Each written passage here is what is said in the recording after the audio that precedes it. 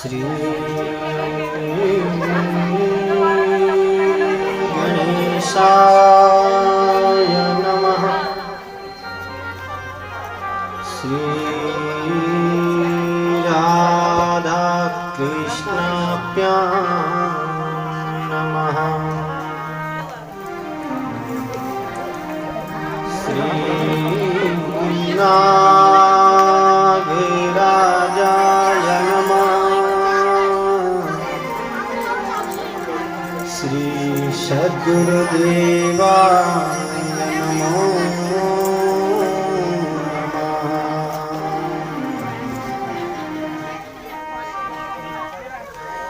लंबोदरं परम सुंदरमेकदंतं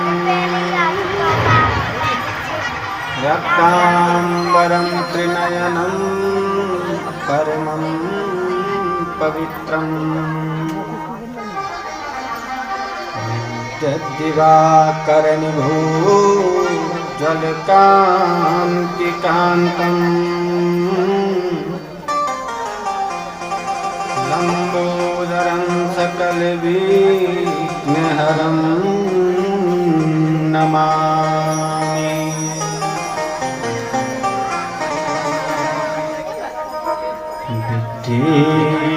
वेदान्तगीते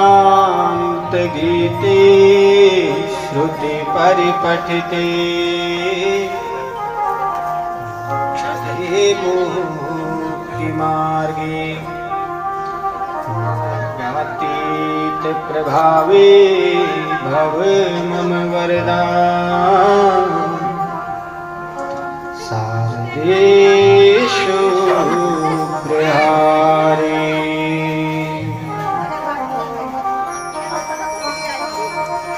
ध्येयं सदा परिभवग्नमविष्टदोहम्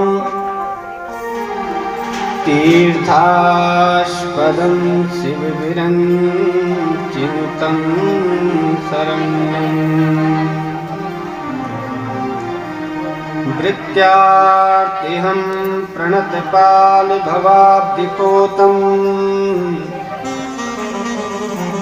वन्दे महापुरुष ते चरणारविन्दम्।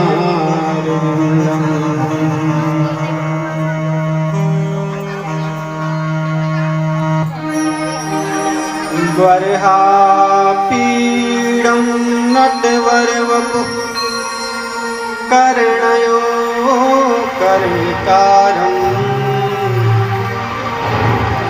विप्रदेवासः कनककपिशं यन्ति च मालाम्। रन्ध्रान् वेणुर्दधर्षुदया पूरयन्तोपवृन्दे वृन्दारण्यं स्वपदरमणं प्राविशद्गीतकीर्तिः। तप्तकाञ्चन गौराङ्गी राधा वृन्दावनेश्वरी वृषभानुसुते देवी प्रणमामि हरिप्रिये।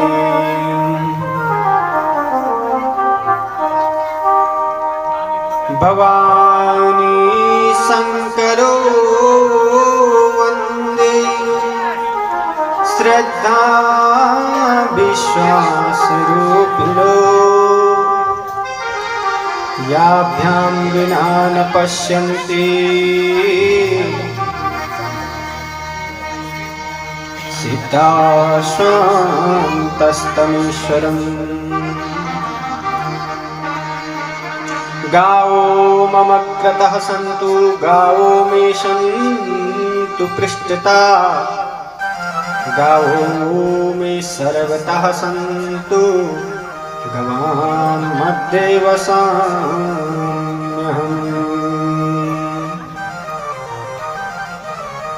गुरुर्ब्रह्मा गुरुर्विष्णु विष्णु गुरुदेव महेश्वरा गुरु साक्षात् परब्रह्म तस्मै श्री गुरुवे नमः। छिन्दन्ति पापं तव नामधेयम् हरन्ति कष्टं तव नामधेयम् हरन्ति दुःखं तव नामधेयम् श्रीनागराजं शरणं प्रपद्ये।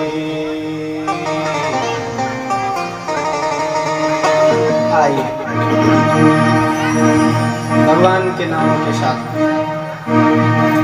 मेरे तो आधार सीताराम के चरणार बिंद, मेरे तो आधार सीताराम के चरणार बिंद, मेरे तो आधार सीताराम के चरणार बिंद, मेरे तो आधार सीताराम के चरणार बिंद, मेरे तो आधार राधा श्याम के चरणार बिंद, मेरे तो आधार राम के चरणार बिंद, राम के चरणार बिंद, राघव के चरणार बिंद, राम के चरणार बिंद, राघव के चरणार बिंद, राम के चरणार बिंद, राघव के चरणार बिंद, राम के चरणार बिंद, राघव के चरणार बिंद, मेरे तो आधार सीताराम के चरणार बिंद, मेरे तो आधार सीताराम के चरणार बिंद।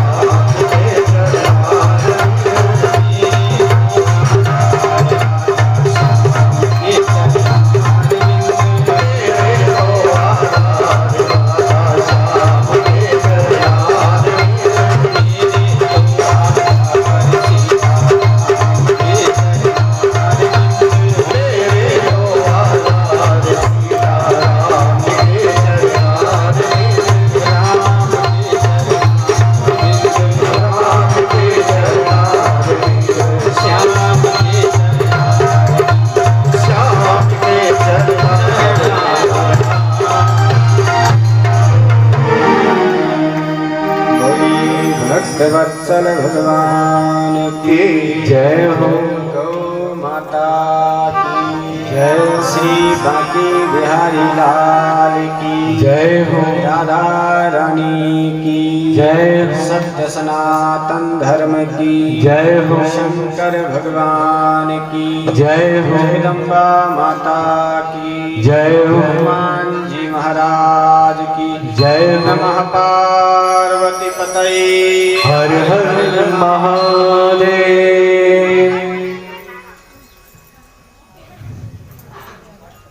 परम मंगल में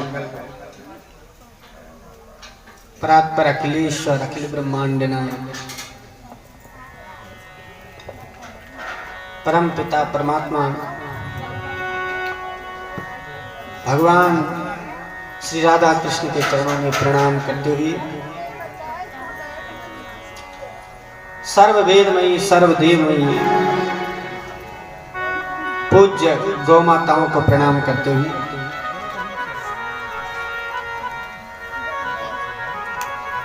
श्रीमद् भागवत महापुराण परम पवित्र दिव्य ग्रंथ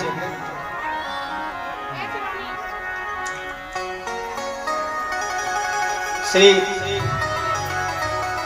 बांके बिहारी गौशाला के संस्थापक और संरक्षक श्रद्धेय श्री शर्मा जी, विप्र मंडली, संगीत मंडली,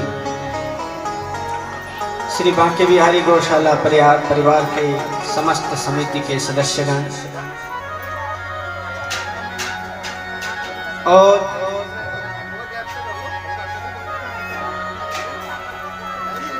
श्री बांके बिहारी गौशाला शिवपुरम में चल रही श्रीमद् भागवत कथा के तृतीय दिवस में कथा श्रवण करने के लिए आई भक्तमती माताओं, बहनों, बुजुर्गों एवं समस्त भगवत कथा प्रेमियों, सर्वप्रथम जय गौ माता। जय गौ माता।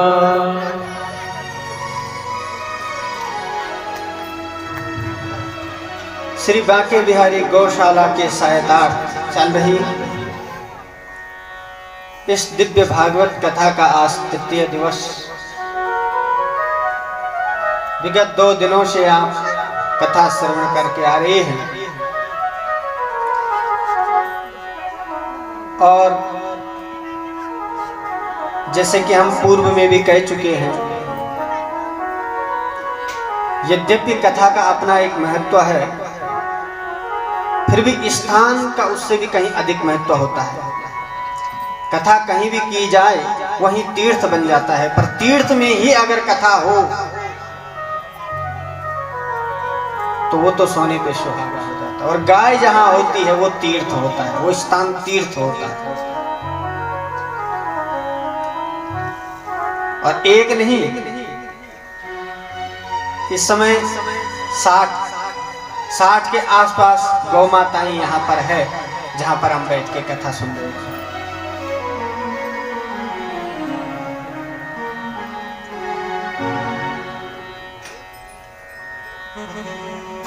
हम लोग बड़े भाग्यशाली हैं। कल कथा को विश्राम मिला था, कहां पर? किसी को याद है जो कल आए थे? अच्छा, हाँ, कल कथा को विश्राम हुआ था। पांडव सशरीर स्वर्ग जाने का प्रयत्न कर रहे थे। चारों भाई और द्रौपदी माता का पतन हुआ और युधिष्ठिर उस कुत्ते के साथ, जो कि धर्मराज के स्वरूप में था, इंद्र के साथ स्वर्ग में गया। ये कथा आपने सुनी। पांडव चले गए और पांडवों ने जिसे राजा बनाया, क्योंकि पांडवों का अपना कोई संतान नहीं है, थे पर वो अश्वत्थामा ने मार लिए थे। पर अर्जुन का पुत्र जो अभिमन्यु है, उसकी पत्नी, अभिमन्यु तो नहीं है, वो तो मारा गया, लेकिन अभिमन्यु की पत्नी जो उत्तरा है, उसके गर्भ में एक बालक है।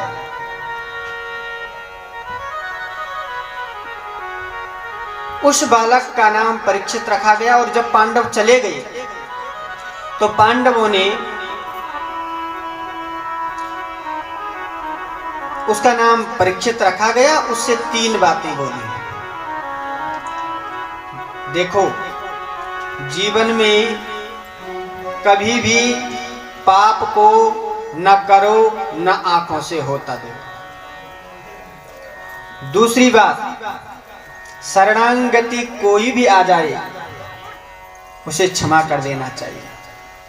और तीसरी बात, राजा को या कोई भी सामान्य मनुष्य को हो, अपनी कमाई का दशांश दान के लिए रखना चाहिए।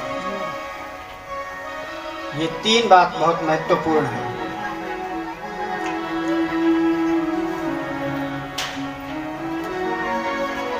शरणागति में अगर शत्रु भी आ जाए और वो क्षमा मांगे तो उसे क्षमा कर देना चाहिए।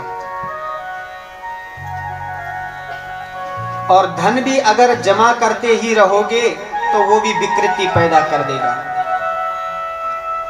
इसलिए धन का अर्जन जरूर करना चाहिए, धन को अवश्य कमाना चाहिए, खूब परिश्रम करके कमाना चाहिए, लेकिन समय रहते ही विसर्जन भी कर देना चाहिए। समय रहते रहते ही अपने धन का दशांश दान में भी लगा देना चाहिए। इस तरह से अपने पौत्र परीक्षित को पांडवों की शिक्षा और पांडवों का स्वर्गारोहण, पांडव चले गए, परीक्षित राजा बने। इरावती नाम की इनकी पत्नी है, 4 पुत्र हुए।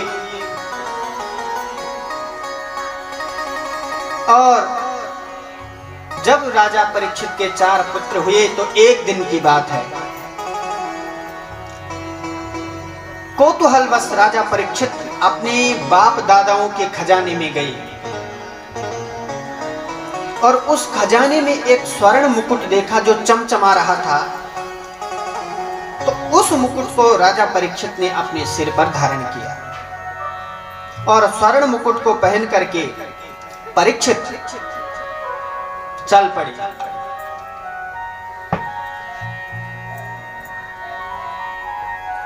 राजा परीक्षित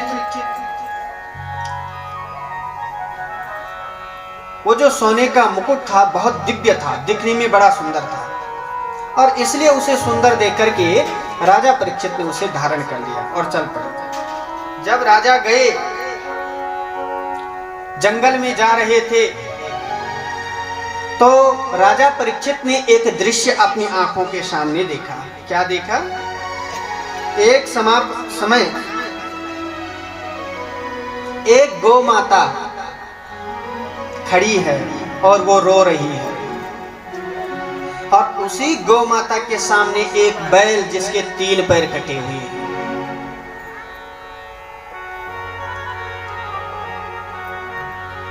और जब परीक्षित ने इस दृश्य को देखा दिग्विजय करते समय, तो परीक्षित से नहीं रहा गया, क्योंकि परीक्षित सम्राट थे, राजा थे।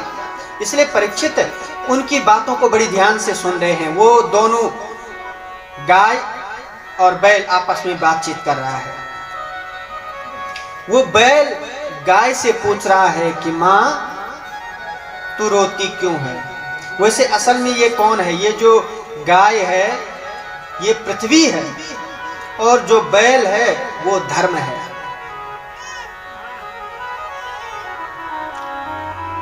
वो बैल गाय से पूछ रहा है कि तू रोती क्यों है? तो गाय ने कोई उत्तर नहीं दिया।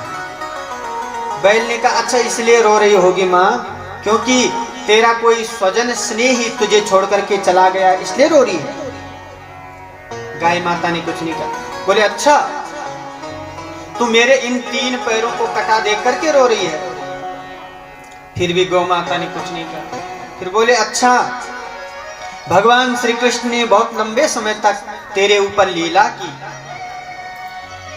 भगवान कृष्ण तुम्हें छोड़ के चले गए, क्या इसलिए रो रही हो? तो गौ माता ने कहा, यानी पृथ्वी माता ने, गाय ही जो बनी हुई है वो पृथ्वी है, तो पृथ्वी माता कहती है हे धर्म, हे पुत्र, तूने जो भी बातें बताई है सब कुछ सत्य है। अगर तेरे 3 पैर कटे हुए देख करके मुझे दुख हो रहा है तो जायज है, क्योंकि एक माँ के सामने उसके पुत्र के 3 पैर कट जाए तो दुख तो सहज ही होगा। अच्छा, ये धर्म के 4 चरण हैं, जो 4 पैर है ना, सत्य, दान, दया और पवित्रता, जिनमें से 3 चरण कटे हुए हैं। सत्य बचा हुआ है। तो पृथ्वी का और धर्म रूपी बैल का संवाद हो रहा है। पृथ्वी माता कहती है, तूने जो 2-3 कारण कहे हैं, श्री कृष्ण के जाने से दुख हुआ है तो ये भी सत्य है। तूने कहा पृथ्वी पर अनेकों प्रकार के पाप हो रहे हैं, तो पुत्र ये भी सत्य ही है। राजा लोग जब दुष्ट हो जाएं तो ये भी सत्य ही है। अच्छा, इस तरह की इन दोनों की बात राजा परीक्षित ने सुन ली और तुरंत राजा परीक्षित इनके पास में आई और धर्म रूपी बैल से बोलने लगे, बताओ तुम्हारे इन 3 पैरों को किसने काटा है? परीक्षित बोले बताओ। तो धर्म रूपी बैल जो है वो बोले कि महाराज, किसे दोष दें कि हमें दुख देने वाला कौन है? दुख का कारण समझ पाना कठिन है। दुख कभी कभी प्रारब्ध से भी मिलता है, कभी कभी अपने कर्मों से भी मिलता है, कभी कभी भाग्य से भी दुख मिलता है, ग्रहों से भी दुख मिलता है, और कभी कभी मानसिकता भी दुख की बना दो तो फिर कितना भी सुख मिल जाए तब भी व्यक्ति दुखी महसूस करेगा। तो दुख का कारण मैं क्या बताऊं, ऐसा धर्म रूपी बैल ने कहा। राजा परीक्षित ने कहा, यह सब सही है, मैं समझ गया तुम धर्म हो, लेकिन मेरी प्रजा में इस तरह से कोई दंडित नहीं कर सकता, मैं उसे छोड़ूंगा नहीं। परीक्षित वहां से जाने लगे और जैसे ही जाने लगे तो देखा एक व्यक्ति खड़ा है, बहुत लंबा चौड़ा। परीक्षित ने कहा, कौन हो तुम और क्यों तुम इस धर्म रूपी बैल के पैरों को काटने पर तुले हो? वो बोला, मैं कलयुग हूं। तो जैसे ही राजा परीक्षित ने सुना ये कलयुग है, तुरंत अपनी धनुष बाण निकाली और जैसे ही कलयुग को मारते वो चरणों में गिर पड़ा, प्रणाम करने लगा, महाराज मैं कहां जाऊं, मुझे क्षमा करो। तो परीक्षित को ध्यान आया कि बाबा लोगों ने कहा था कि शरणागति कोई भी आ जाए उसे क्षमा कर देना चाहिए। बोले, ठीक है, अब तुम्हें कोई भय नहीं है, लेकिन मेरे राज्य से शीघ्र चली जाओ।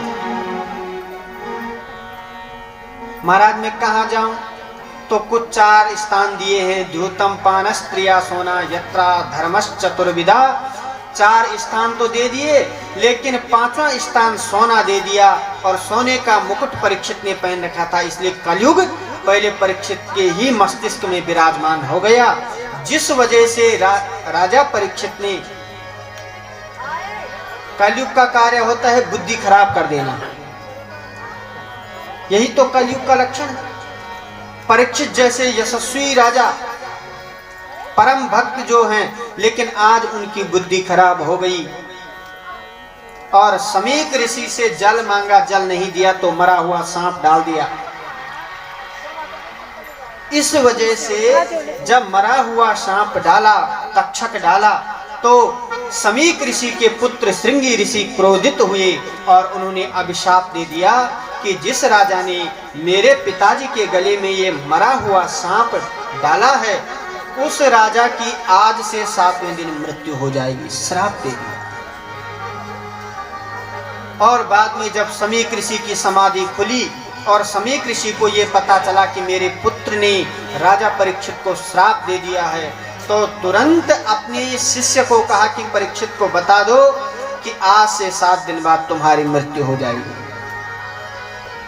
शिष्य गया, राजा परीक्षित ने घर पर जाकर के जैसे ही मुकुट उतारा तो सोचने लगे, मैंने तो गलत कर दिया, ऐसा नहीं करना चाहिए था, एक ऋषि के गले में सांप डाला।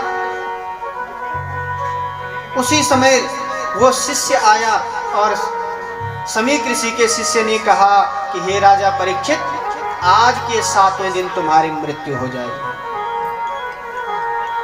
परीक्षित ने कहा ठीक है, मैं तो इस शरीर को अब वैसे भी नहीं रखना चाहता हूं। जिस शरीर से किसी संत का अपमान हुआ है उस शरीर को रखना उचित है भी नहीं।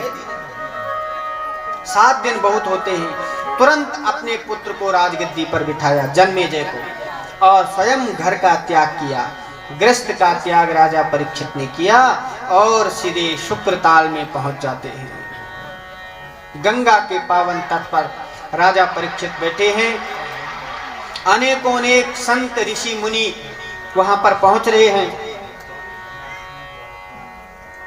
राजा परीक्षित सभी संतों से यही प्रश्न पूछते हैं कि जिसका मृत्यु निश्चित हो ऐसे व्यक्ति को क्या करना चाहिए। लेकिन किसी को भी इसका सही जवाब जब नहीं मिला तो तत्रात् भवद भगवान व्यास पुत्रो यदृक्षया गामत मानोन्पेक्षः अलक्षलिंगो निज लाभ तुष्टो वृतस्य बाले रवधूत वेशः। उसी समय उस सभा में भगवान सुखदेव जी आते हैं। बोलिए सुखदेव भगवान की जय हो। सुखदेव जी मुनि आए। जैसे ही सुखदेव जी आते हैं तो परीक्षित को लगता है कि अब मेरी समस्या का समाधान हो जाएगा। इसलिए राजा परीक्षित ने तुरंत सुखदेव जी से पूछा, अतः पृच्छामि संसिद्धि योगिनां परमं गुरुं पुरुषस्य यत्कार्या म्रियमाणस्य सर्वदा। राजा परीक्षित सुखदेव जी से पूछते हैं, गुरुवर, म्रियमाण जो हो, जिस व्यक्ति की मृत्यु निश्चित हो, नजदीक हो, ऐसे व्यक्ति को क्या करना चाहिए। तो सुखदेव जी कहते हैं, हे राजन, ये प्रश्न ज्यादा कठिन नहीं है, सुनो। तस्मात् भारत सर्वात्मा भगवानीश्वरो हरि श्रोतव्या कीर्तितव्यश्च स्मर्तव्यश्च छता भयम्। राजन, जब व्यक्ति की मृत्यु निश्चित हो तो उस व्यक्ति को भगवान की कथाओं का बार बार श्रवण करना चाहिए, बार बार भगवान की कथा को सुनना चाहिए। इतना ही नहीं, एतावान सांख्य योगाभ्याम स्वधर्म परिनिष्ठया जन्म लाभ परापुंसाम अन्ते नारायण स्मृति।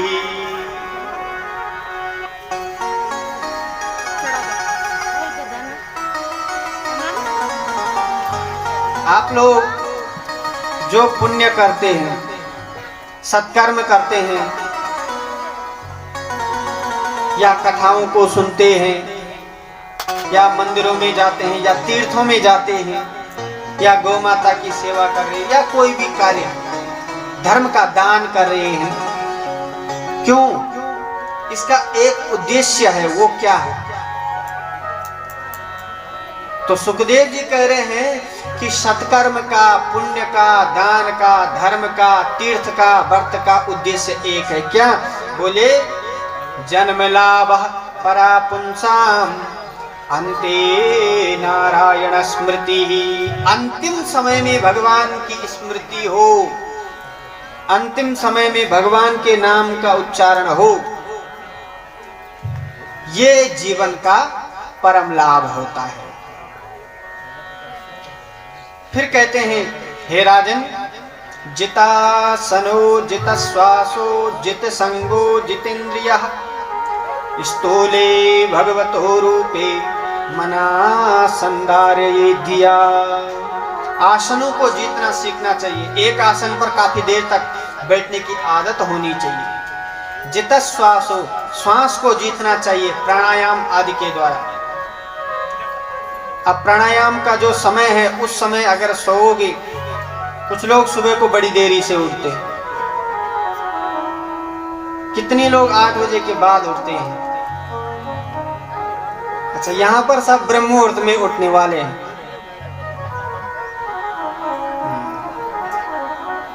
देखो, सुबह की जो निंद्रा है ब्रह्म मुहूर्त की, ब्रह्म मुहूर्ते या निंद्रा सा पुण्य क्षय कारिणी, वो पुण्यों का नाश करती है।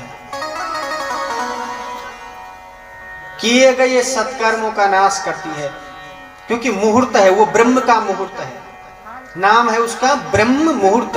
ब्रह्म का मुहूर्त है सुबह का, जो कि आजकल 3:30-4 बजे से हो जाता है। उठ जाना चाहिए, और नहीं तो सूर्य उदय तक तो उठ ही जाओ 5-6 बजे, या इससे भी लेट उठे।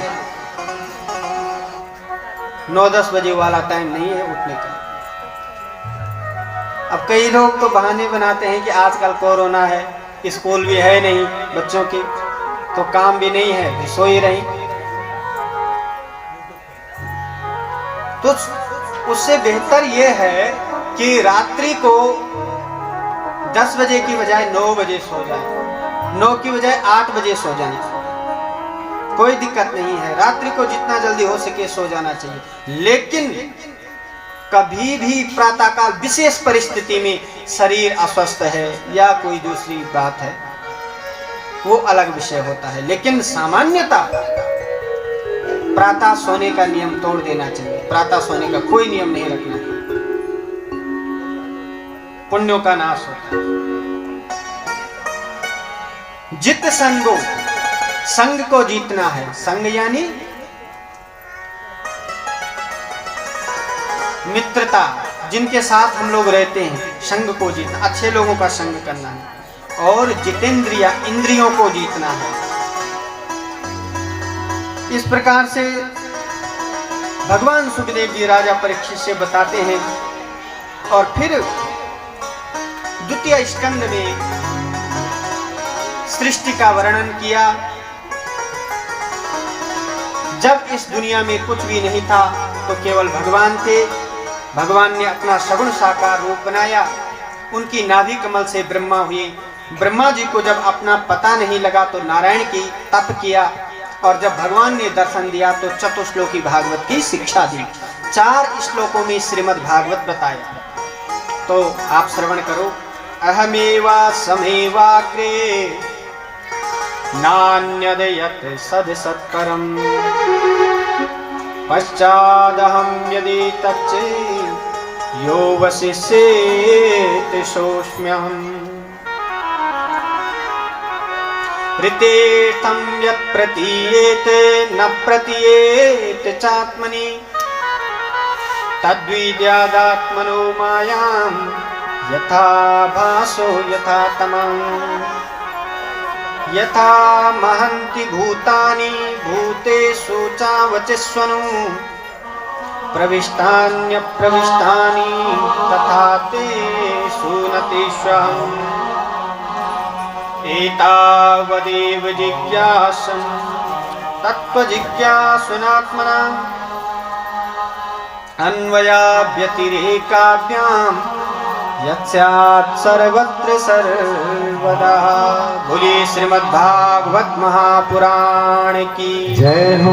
गौ माता की जय हो। ये 4 श्लोकों का चतुश्लोकी भागवत भगवान नारायण ने ब्रह्मा जी को दिया। और इसमें विशिष्ट रूप से भगवान ने ब्रह्मा जी से कहा कि हे ब्रह्मा, जो सबसे महत्वपूर्ण है जगत में वो मेरी माया है। और गीता में भी भगवान ने ऐसा कहा, देवी येषा गुणमयी मम माया दुरत्यया मामेव ये प्रपद्यन्ते माया मेताम तरन्ति ते। और रामचरितमानस में भी गोस्वामी तुलसीदास जी कहते हैं, जब भगवान श्री राम वनवास में हैं, उस समय उनकी छवि का वर्णन करते हैं कि उभय बीच सिय सोहत कैसे ब्रह्म जीव बीच माया जैसी। सीता जी लक्ष्मण और श्री राम के बीच में कैसे शोभायमान हो रही है? बोले जैसे ब्रह्म और जीव के बीच में माया आ जाती है।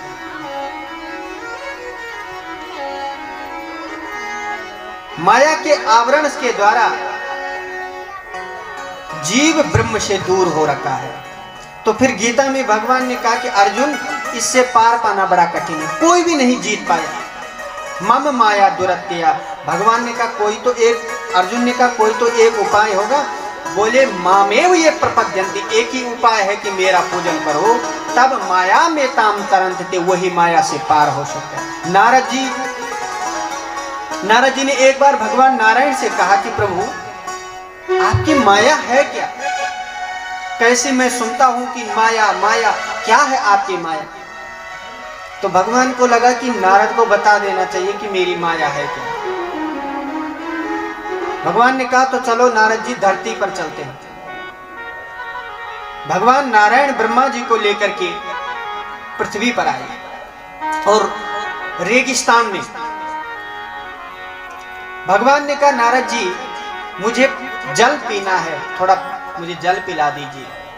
अब नारद जी क्योंकि रेगिस्तान है, जल का अभाव था, कुछ दूर गए, वहां एक नदी नारद जी को मिली और जैसे ही जल भरने लगे थे तो फिर मन में सोचा मैं तो भगवान के लिए जल ले जा रहा हूं, और बिना स्नान किए फिर एक क्षण में ही कमंडलों अलग रख करके नारद जी ने उस नदी में स्नान के लिए डुबकी लगाई। और जैसे ही नारद जी ने उस नदी में डुबकी लगाई तो देखो एक क्षण में क्या बदल गया, उस नदी में तेज गति से पानी आया और नारद जी बह गए। अब नारद जी बह गए तो बहते बहते नारद जी एक कोने पर कहीं पहुंच गए, नदी के कहीं किनारे लगे। और किनारे जब लगे नारद जी तो उस नदी से बाहर आए तो सामने देखा एक स्त्री है। उठ करके नारद जी उस स्त्री के पास गए और जब उस स्त्री के पास गए तो स्त्री ने कहा तुम कौन हो? वो स्त्री युवान भी थी और सुंदर भी थी। क्या तुम मेरे साथ विवाह करोगे? स्त्री ने कहा। नारद जी ने अपने को नियंत्रित करने की कोशिश की, लेकिन आखिरकार नारद जी हार गए और बोले हाँ मुझे आपसे विवाह करना है। और इस प्रकार से नारद जी को वो राजकुमारी अपने राजमहल में ले गई और रास्ते में बात कर रही है कि नारद सुनो, मेरे पिताजी के यहाँ कोई बेटा नहीं है, इसलिए मेरे पिताजी के बाद आप ही राजा बनेंगे। नारद जी बड़े खुश हो रहे हैं कि ये तो बड़ी अच्छी बात हो गई, राजा भी मुझे ही बनना है, राजकुमारी है, सुंदर है। जैसे ही राजकुमारी के यहाँ पहुंचे कुछ समय तक रहे, एक दिन उनकी मौत हुई राजा की और नारद जी ही राजा बन गए। अब सम्राट नारद बन गए, महाराजा नारद जी आनंद कर रहे हैं, पत्नी भी है, 2 बच्चों का भी जन्म हो गया, बड़ा आनंद कर रहे हैं। एक दिन की बात है, नारद जी जहां के राजा हैं वहां बाढ़ आई और इतना पानी कि सबके सब प्रजा बह गई, कोई इधर उधर सब कुछ नष्ट हो गया नारद जी की प्रजा में। केवल महाराजा नारद जी बचे जो राजा हैं। उन्होंने एक नाव की व्यवस्था अच्छी थी, नाव पर रहे, लेकिन दूसरे झोंके में नारद जी की पत्नी और बच्चे ये भी सब बह के चले गए। नारद जी को बड़ा कष्ट हुआ और नारद जी सोचने लगे जब सब कुछ चला ही गया है, अब तो कुछ बचा नहीं, ना तो मेरी प्रजा बची, तो अब फायदा क्या है जी करके। इसलिए नारद खुद भी उस नदी में डूबने के लिए जैसे ही छलांग लगाने लगे कि मुझे भी मर जाना है, तुरंत भगवान ने नारद जी को पकड़ लिया। बोले ए नारद क्या कर रहा है, कहां छलांग लगा रहा है? अब नारद जैसे ही खड़ा उठ के देखा, बोले प्रभु मैं क्या करूं, जी करके मेरी पत्नी मर गई, बच्चे मर गए, प्रजा मर गए, मैं किस बात का राजा। भगवान ने लगाई जोर से नारद को एक। अब जब नारद पूरी स्थिति में आए, अरे प्रभु वो जो देखा मैंने वो क्या था? वो जो मेरी पत्नी थी, बच्चे थे, जो मैं राजा था। बोले यही तो मेरी माया है, वही तो मेरी माया थी। इसी प्रकार से भगवान की जो माया है वो यही है, जिसे हम अपना समझ रहे हैं और उसी में जो व्यक्ति भोला हुआ है वही मेरी माया है। तो भगवान ने कहा मम माया दुरत्यया, तो मेरा जो भजन करता है वही मुझे प्राप्त कर सकता है। तो आइए भगवान के नाम का संकीर्तन करेंगे। जब से देखा है बांके बिहारी तुझे, लुट गया लुट गया लुट गया लुट गया।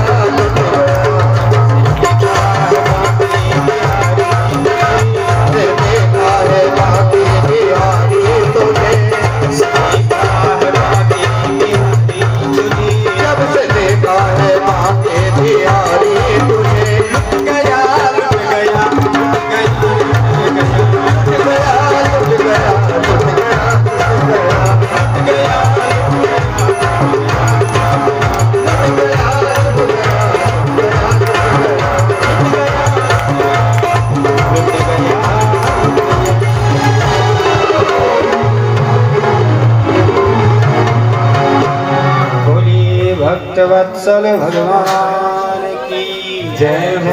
जय गौ माता। जय गौ माता।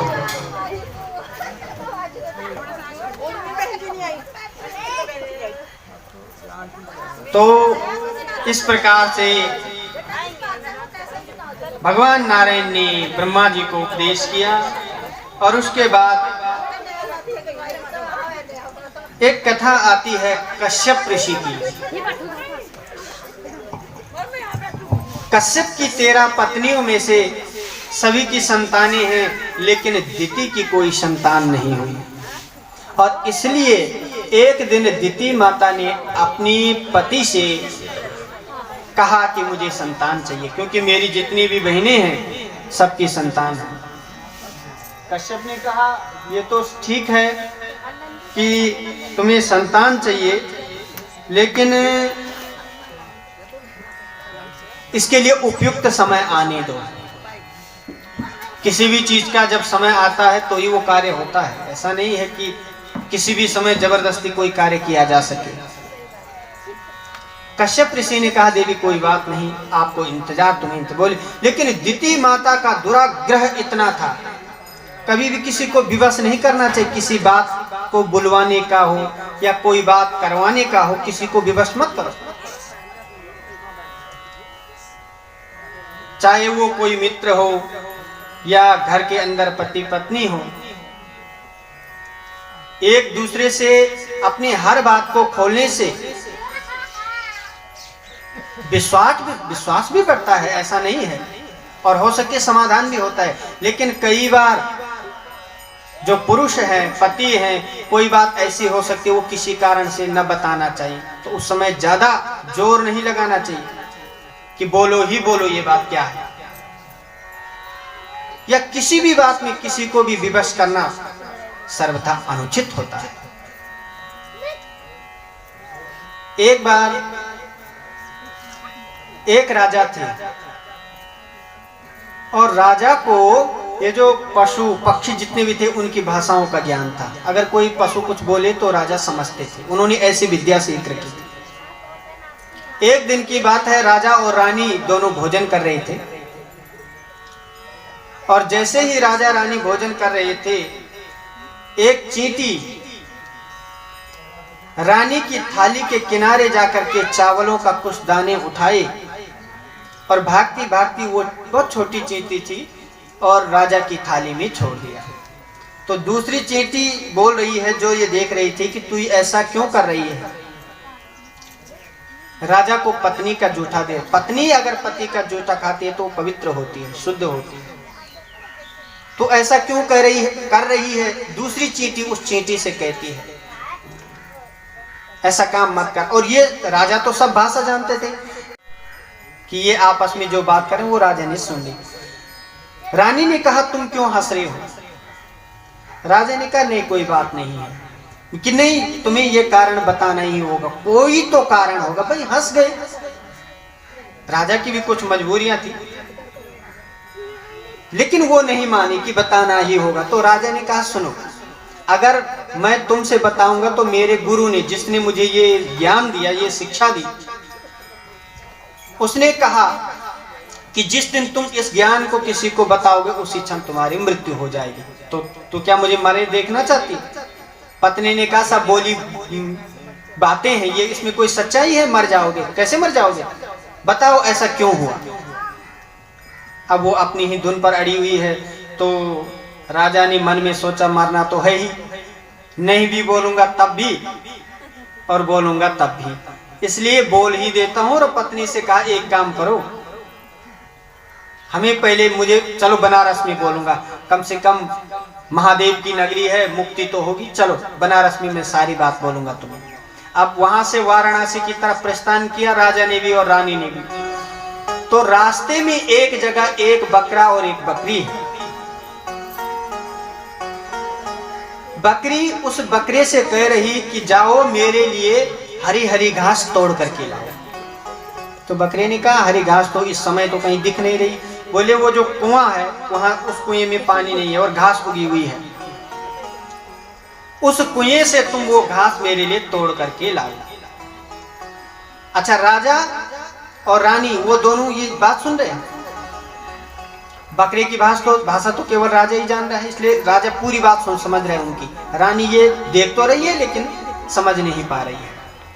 तो बकरे ने मना कर दिया कि तू जानती है मैं कुएं में कहां तेरे चक्कर में जाऊंगा तो मर जाऊंगा। अब तुझे घास ही चरनी है तो या तो कहीं इधर उधर से चल ले या फिर सही समय का इंतजार कर जब घास उगाई। नहीं नहीं मुझे अभी चाहिए, दे दो, वो जहां से मर्जी वहां से दो। तो बकरे ने कह दिया कि तू क्या बोल रही है, तू क्या समझती है मुझे? वो राजा समझती है जिस राजा ने तेरे कहने पर अपने प्राण त्यागने का निश्चय कर लिया है और बनारस में मुक्ति के लिए जा रहा है। और राजा ने ये बात सुन ली। राजा ने कहा ओहो, पशु मेरे से श्रेष्ठ है। ये पशु होकर के कह रहा है कि मैं उस राजा की तरह नहीं हूं। तुरंत मूड वाला पत्नी को कहा चलो वापस, कोई बात नहीं बताई जाएगी तुमसे। तो कुछ बातें ऐसी होती है, ज्यादातर बातें नहीं होती, लेकिन कुछ बातें हो सकती है कि जिसे छुपाया जाना चाहिए तो उस पर ज्यादा विवाद नहीं करना चाहिए। दिति माता के दुराग्रह के सामने कश्यप ऋषि झुक गए, शाप दिया देवी तुम्हारे 2 पुत्र बड़े अमंगलकारी होंगे, बड़े दुष्ट होंगे। तो दिति माता ने क्षमा मांगी, मुझसे भूल हुई है, मेरा अपराध क्षमा करो। दुष्ट पुत्रों को लेकर के मैं क्या करूंगा? तब कश्यप ऋषि को दया आई और कहा ठीक है देवी, पुत्र तो दुष्ट ही होंगे, पापी भी होंगे, अमंगलकारी भी होंगे, लेकिन उनके वध करने के लिए स्वयं भगवान को आना पड़ेगा, यानी उनकी जो मृत्यु है वो भगवान के हाथों से होगी। तब दिति माता को थोड़ा धैर्य मिला, चलो मेरे पुत्र अगर पापी होंगे भी तो भगवान के हाथों उद्धार होगा। और देवी तुम्हारा जो पौत्र होगा वो बड़ा ही यशस्वी होगा, वो भगवान का परम भक्त होगा, बड़ा धर्मात्मा होगा, प्रहलाद उसका नाम होगा। तब दिति माता को पूरी तरह से संतोष मिला और समय आने पर वो जो 2 पुत्र हैं वो हुए हिरण्याक्ष और हिरण्यकश्यप। और दोनों जब हुए तो दोनों को मारने के लिए भगवान आने पड़ा। हिरण्याक्ष के लिए भगवान को वराह बनना पड़ा था और हिरण्यकश्यप को मारने के लिए नरसिंह बनना पड़ा था। इनकी कथा ऐसी आती है कि ये जो हिरण्याक्ष और हिरण्यकश्यप थे ये भगवान के द्वारपाल थे वैकुंठ में। लेकिन एक दिन सनत कुमार भगवान के दर्शन के लिए जा रहे थे तो जय और विजय ने रोक दिया और कहा तुम इस समय दर्शन नहीं कर सकते हो। तो सनत कुमारों को क्रोध आया और क्रोध आकर के शाप दे दिया, तुमने भगवान के दर्शन करने से हमें रोका, जाओ तुम 3 जन्मों तक राक्षस बनोगे। इसलिए ये 3 जन्मों तक राक्षस हुए, हिरण्याक्ष, हिरण्यकश्यपु, रावण और कुंभकर्ण और कंस और दंतवक्त्र, ये शिशुपाल और दंतवक्त्र, ये 3 जन्मों तक फिर राक्षस बने। इसलिए शास्त्र कहते हैं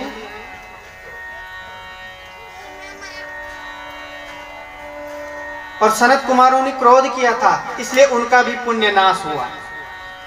कामेन कर्म नाशस्यात्, क्रोधेन ज्ञान नाशनम, लोभेन भक्ति नाशस्यात्, तस्मात् एतत्त्रयं त्यजे। क्या कहा? कामनाओं से कर्मों का नाश होता है, इसलिए अधिक कामनाएं नहीं बिठानी चाहिए। क्रोधेन ज्ञान नाशनम, और क्रोध ज्ञान का नाश करता है। एक क्षण में अगर क्रोध आ जाए तो व्यक्ति को ज्ञान कुछ नहीं रहता, उस समय वो कुछ भी कर सकता है, किसी भी तरह का कोई ज्ञान उसे उस समय नहीं रहता है, कुछ भी बोलना कुछ भी करना, यानी वो ज्ञानहीन होता है। इसलिए अधिक क्रोध भी नहीं। और लोभेन भक्ति, लोभी व्यक्ति भक्ति नहीं कर सकता। अब पूजा जब करनी होती है बोले फल चाहिए, लिया इधर से केले कूले हो जाएंगे, लिया, और अपने लिए मंडी से सेब और अनार आएंगे। इतना फर्क आ गया ना, भक्ति में थोड़ा लोभ आ गया। और जब दुकानदारों के पास जाएंगे, कपड़े चाहिए जी, कैसे चाहिए? बस ठीक ही ठीक दे दो। तो दुकानदार भी आजकल फिट हैं, बोले क्या करना क्या है तुम्हें, सीधे ये बताओ। बोले पंडित जी को देने, अच्छा फिर तो कोई दिक्कत नहीं, रखें, चलो फलाना थान निकालो, सबसे घटिया क्वालिटी का दे देगा वो।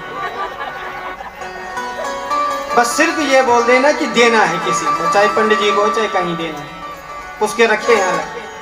और जब कहीं अपने पुत्र के लिए, बेटी के लिए, पत्नी के लिए, भले छोटी मोटी दुकानों से नहीं लेना है, अच्छी दुकान हो, अच्छा माल हो, और जाएंगे जो नहीं चल रही है वो चीज दिखाओ बिल्कुल, और बढ़िया हो।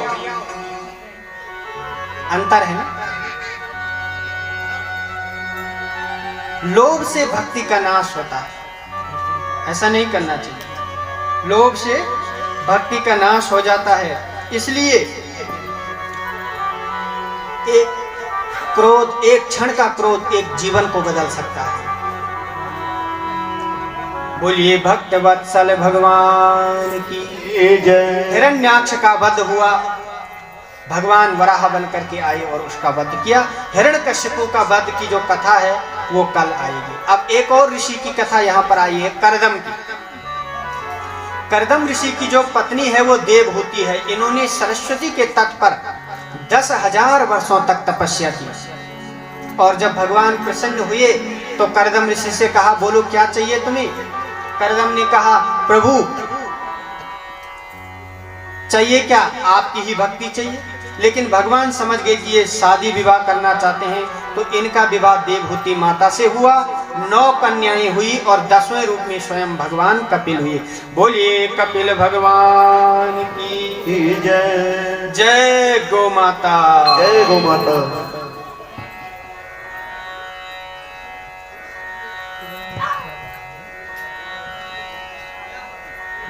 तो 10वें रूप में भगवान कपिल आए। कपिल स्वयं भगवान के अवतार थे। करदम ऋषि पहचान गए, भगवान को प्रणाम किया करदम ने, और प्रणाम करके भगवान कपिल की परिक्रमा की और जंगल को चले गए। भगवान तो करदम ऋषि तो चले गए, लेकिन देवहूति माता ने कहा कि जब मेरे घर में स्वयं भगवान आए हैं तो कुछ ज्ञान मैं इनसे ग्रहण कर लूं। एक दिन भगवान कपिल को स्नान कराया, व्यास गद्दी पर बिठाया, और माता ने कुछ प्रश्न पूछे हैं। कहा, प्रभु एक बात बताइए। 3 प्रश्न हैं मुख्यतः देवहूति माता के। पहला प्रश्न यह है कि प्रभु, इंद्रियां व्यक्ति को परेशान कर रही हैं। दूसरा प्रश्न है, जीव के बंधन और मुक्ति का कारण क्या है। और तीसरा प्रश्न है कि भक्ति का असली स्वरूप क्या है। ये 3 प्रश्न मुख्य हैं, और ये बहुत बड़ा विषय है सांख्य शास्त्र, जिसका जवाब फिर भगवान कपिल ने खुद अपनी माता देवहूति को दिया। भगवान कपिल ने कहा, माँ, इंद्रियां मनुष्य को अपनी तरफ आकर्षित करती है, बिल्कुल सही है। जैसे कुछ देखने का मन होता है, कुछ अच्छा सीन हो या कोई अच्छी फिल्म या कुछ भी देखने का मन करता है, तो वो देखने का विषय आंख का होता है, कानों का कोई मतलब नहीं। यानी आंखें अपनी तरफ आकर्षित करती है। फिर गानों को सुनने का मन करता है, उसका आंखों से मतलब नहीं होता है। चाहे पहले टेप आते थे, वो लगा देते थे, उसे देखना कुछ नहीं, केवल सुनना होता है। यानी वो केवल कानों के लिए, उसका संबंध और कहीं से नहीं है। उसमें जो सुख मिल रहा है वो केवल कानों को मिल रहा है। ऐसे ही भोजन का है, भोजन का सुख केवल जीव को चाहिए, जिह्वा को चाहिए। इसके अलावा भी स्वाद का कोई मतलब नहीं है। तो इंद्रियां व्यक्ति को अपनी अपनी तरफ आकर्षित कर रही है, अपनी अपनी तरफ खींच रही है। तो बोले इसका उपाय और तो कुछ नहीं है, बस एक ही उपाय है कि जो चीज हम कर रहे हैं इसको भगवान की तरफ मोड़ दिया जाए। जैसे अगर कुछ अच्छा देखने की ही इच्छा हो तो वृंदावन में बांके बिहारी का दर्शन कर लो, आंखों को भी, उससे क्या होगा, दर्शन भी हो जाएगा, आंखों की इच्छा भी पूरी हो जाएगी, और वही चीज फिर धर्म भी बन जाएगा। सुनने की इच्छा हो रही है तो गाने की बजाय भजन सुनी जाए, संगीत भी हो जाएगा और भक्ति भी हो जाएगी। अब खाने का ही शौक है जिह्वा ने कहा कि कुछ खाना है। ये जो तुम लोग शादी विवाह पार्टियों में कई कई रसगुल्ले उड़ेल के आते हैं और ठोस ठोस के जो चाउमीन खाते हैं, अगर कभी इच्छा हो तो घर पर बना करके, और ऐसा मत बोलो कि खाने के लिए बना रहे, ठाकुर जी के लिए बना रहे, भोग लगाने के लिए। भगवान की तरफ मुड़ गया ना वही चीज, अब वो भक्ति बन रहा है। छोड़ना भी कुछ नहीं है, लेकिन अब भक्ति बन रहा है। कुछ बदलाव तो करने पड़ेंगे, जैसे लहसुन प्याज इनका ये नहीं, क्योंकि ठाकुर जी को ये नहीं लगाया जाता है भोग। गर्मी हो, तेज गर्मी हो, तो आइसक्रीम खाने के लिए मन कर रहा है तो बोलो आज ठाकुर जी को आइसक्रीम का भोग लगाएंगे, और सब खाओ प्रेम से। ठाकुर जी कोई खा थोड़ी रहे, पर आपका भाव ही भक्ति बन जाएगी और अपना काम भी हो जाएगा। इस प्रकार से भगवान कपिल कहते हैं, माता अगर ये इंद्रियां वैसे तो बस में करने की कोशिश करियो, प्रयत्न करो, लेकिन अगर उसके बाद भी ये बस में नहीं होती है तो इन्हें चलने दो। बस इनका जो मुख है वो भगवान की तरफ मोड़ दो। बोलिए भक्त वत्सल भगवान की। तो आइए, मन लगी गे मेरू वृंदावन मां, मन लगी गे मेरू वृंदावन मां, मैं भी आऊं कान्हा तेरी शरण मां, मैं भी आऊं तेरी शरण मां, मन लगी गे मेरू वृंदावन मां, मन लगी गे मेरू वृंदावन मां, मैं भी आऊं कान्हा तेरी शरण मां, मैं भी आऊं कान्हा तेरी शरण मां,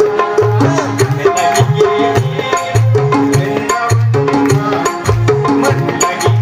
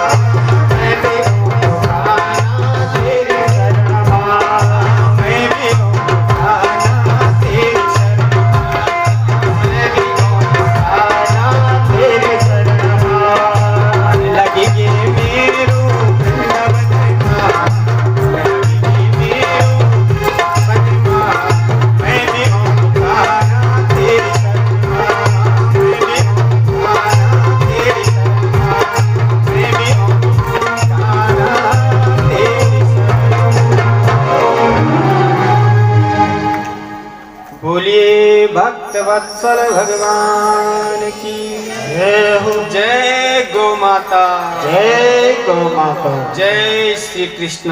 जय श्री कृष्ण। तो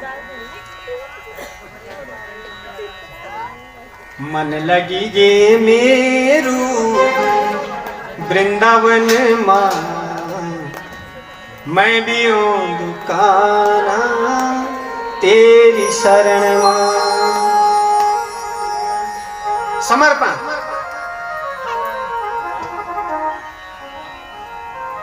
भगवान कपिल अपनी माता को कितना सुंदर उपदेश देते हैं, सुनो। इसी को सांख्य शास्त्र कहा गया है शास्त्रों में। तो कहते हैं क्षण भंगुर जीवन की कलिका, कल प्रात को जान खिली न खिली। जब हम रात को सोते हैं ना, तो सोते समय थोड़ा भगवान का स्मरण जरूर किया करें सोते समय, क्योंकि कल सुबह जब सूर्य निकलेगा तब हम होंगे या नहीं इसकी कोई गारंटी नहीं है। इसलिए क्षण भंगुर जीवन की कलिका, कल प्रात को जान खिली न खिली। मलयाचल की शुचि शीतल मंद सुगंध समीर चली न चली।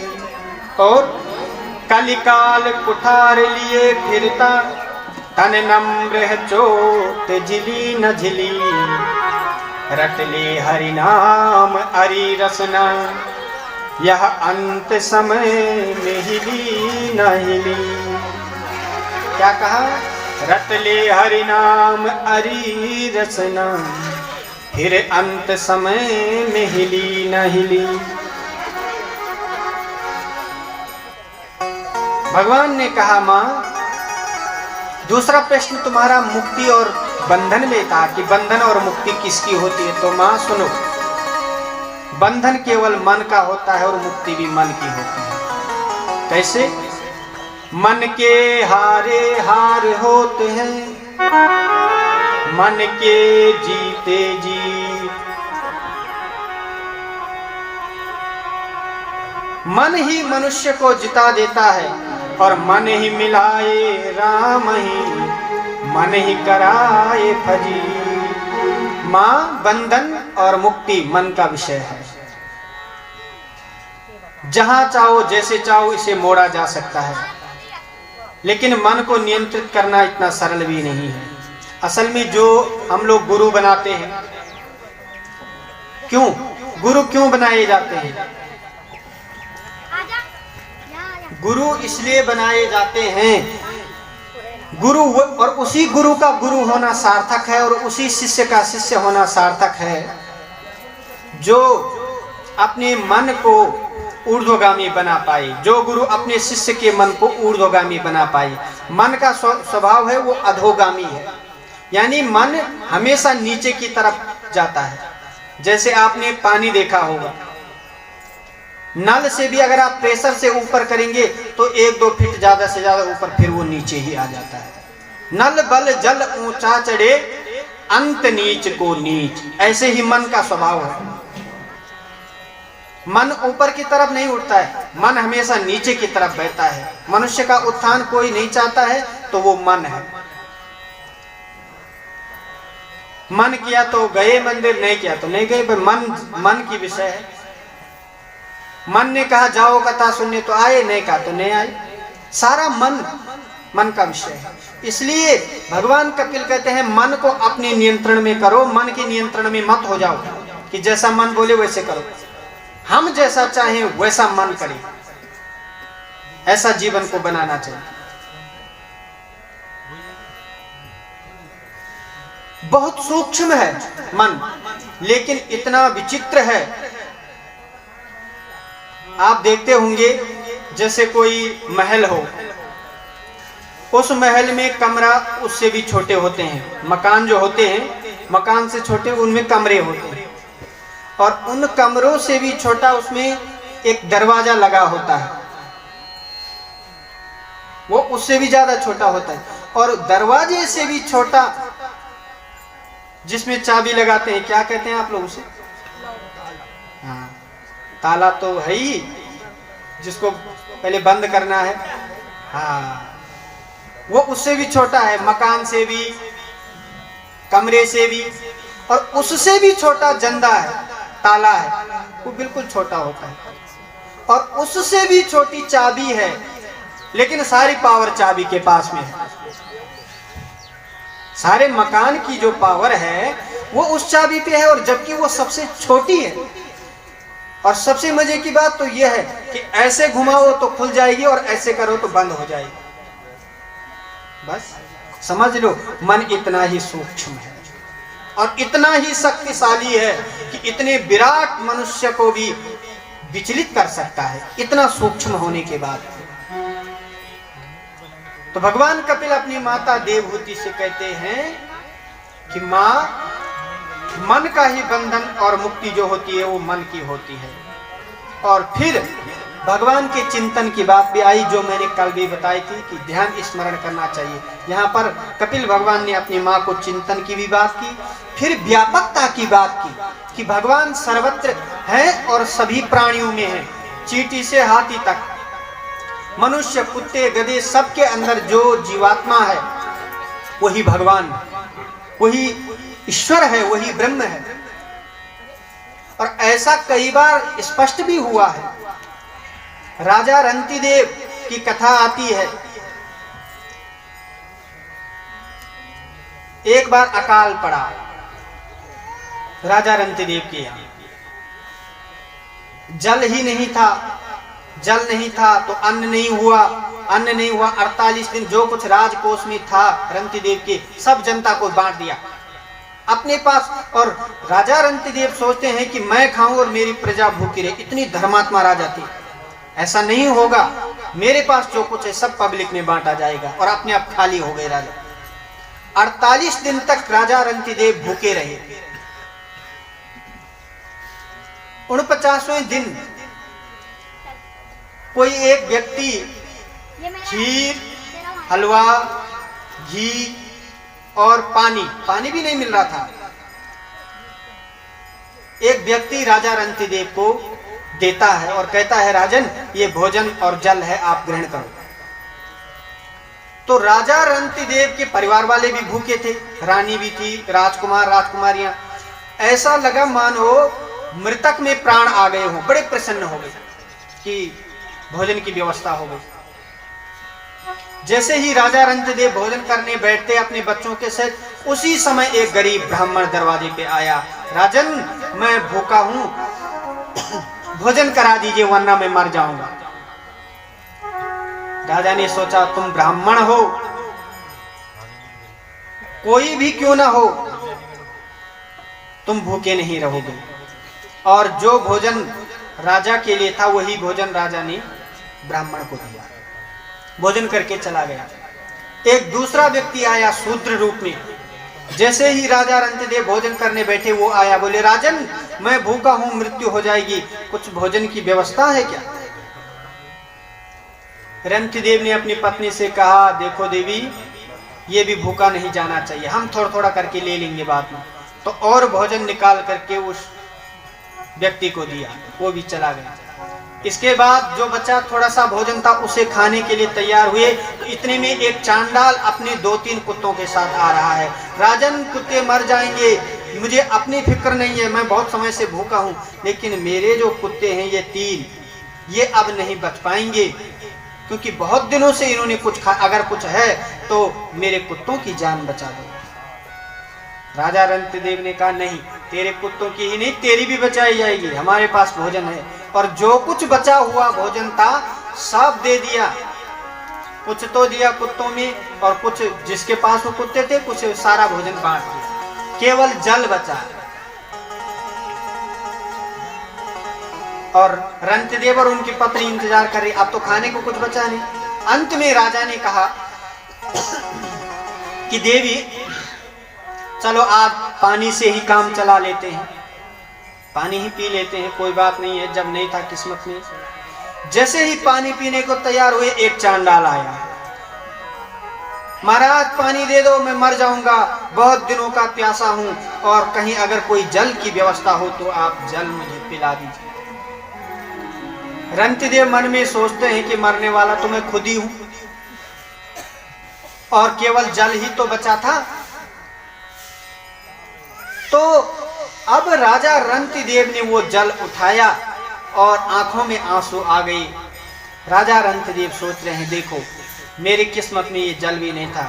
प्रार्थना करते हैं भगवान से, हे प्रभु, मैं इस जल से इसकी प्यास बुझा रहा हूं, उसके कुत्ते की प्यास बुझा रहा हूं, और अपने प्राणों के साथ प्राणों की बाजी लगा रहा हूं। अब मुझे अपने प्राणों की नहीं है, मैं 48 दिन से प्यासा भी हूं, भूखा भी हूं, लेकिन जैसे इसके प्राण हैं, जैसे मेरे प्राण हैं, वैसे ही इसके भी प्राण हैं। मैं अपने प्राणों को दांव पर लगाकर जल इसे दे रहा हूं, लेकिन प्रभु आप इतनी कृपा करना कि मेरी प्रजा में कोई भूखा न रहे, अन्न की उत्पत्ति हो, जल निकले।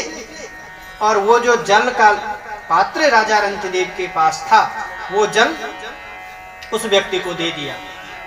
उसने वो जल पी लिया, और जैसे ही वो जल पिया तो 3 जो पहले आए थे, वो 3 कौन, वो कोई सामान्य नहीं थे, और ये जल पीने वाला भी कोई सामान्य नहीं था। वो 3 ब्रह्मा, विष्णु और महेश थे, और ये स्वयं यमराज थे, धर्मराज, और चारों के चारों रंतिदेव के सामने प्रकट हो गए और कहा, हे राजन, हम तुमसे बड़े प्रसन्न हो गए हैं। तो भगवान की जो सभी रूप में, सभी जीव में, सभी पशु में, पक्षियों में, सर्वत्र जो भगवान को देखता है, उसी की भक्ति सार्थक है। ये भाव मन में नहीं रखना चाहिए कि भगवान केवल मंदिरों के अंदर ही मौजूद है। वो सर्वत्र है, सभी स्थानों में है और समान रूप से विद्यमान है। बोलिए भक्त वत्सल भगवान की जय हो। देह गेह में आसक्त पुरुषों की गति का वर्णन भगवान कपिल अपनी माता से करते हैं और कहते हैं, माँ, मनुष्य की स्थिति ऐसी है,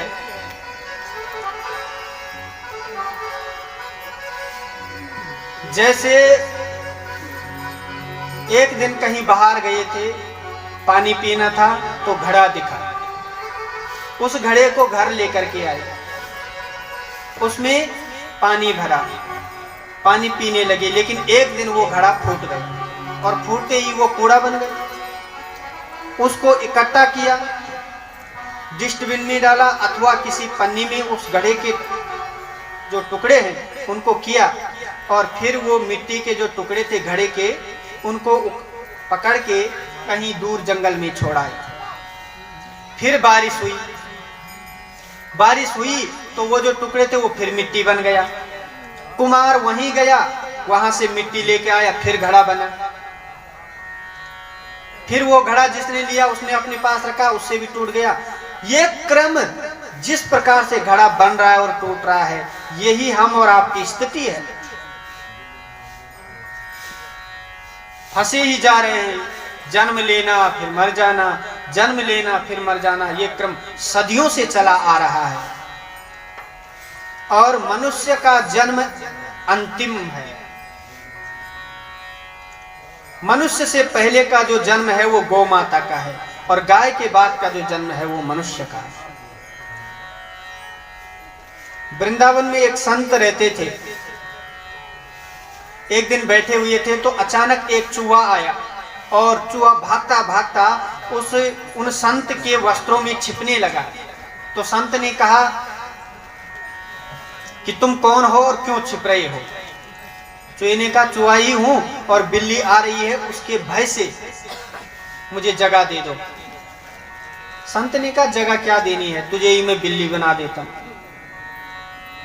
संत ने उसे ही बिल्ली बना दिया। अब बिल्ली का बिल्ली कुछ नहीं करेगी। एक दिन कुत्ता इस बिल्ली के पीछे पड़ा, फिर उसी संत के पास पहुंची।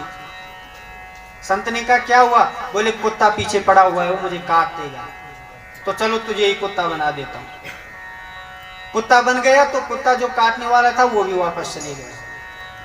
फिर तीसरी बार कुत्ता एक दिन कहीं नगर से दूर गया, एक शेर ने कुत्ते को देखा और भागा कुत्ते के पीछे, कुत्ता तो भागता भागता फिर संत के पास आया, शरणागति हुआ और बोला, महाराज आपने कुत्ता बना दिया लेकिन शेर मुझे छोड़ेगा नहीं, वो आ रहा है। ये अच्छा, तो चलो तुम्हें ही शेर बना देते हैं।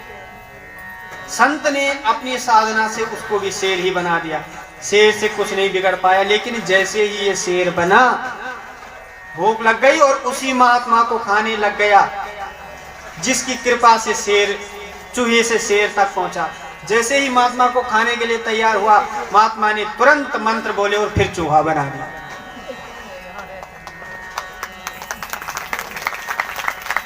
बोले, अच्छा तुम चालाकी कर रहे थे, अब फिर चूहे बन जाओ।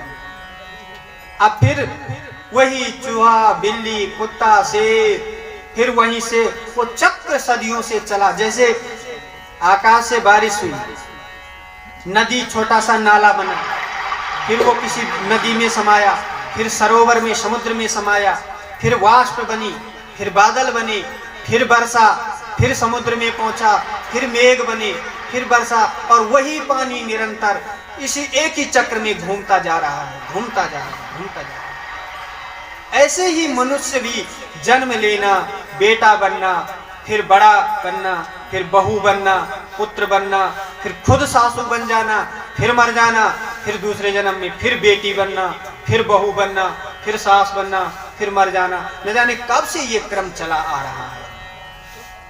तो भगवान कपिल अपनी माँ को कहते हैं, माँ ये जो क्रम चल रहा है, इसको तोड़ा अगर जा सकता है तो भगवान की कथाओं से और भगवान के नाम से इसे तोड़ा जा सकता है। अन्यथा जन्म मृत्यु का जो कुचक्र है वो कभी नष्ट नहीं होने वाला है।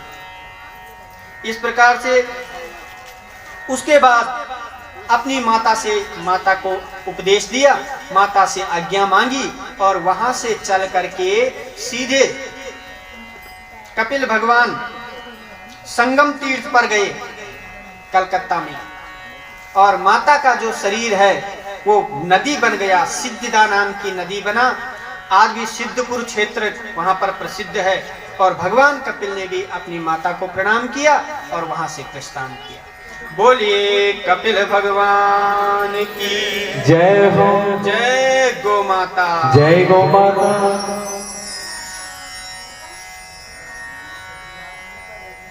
तो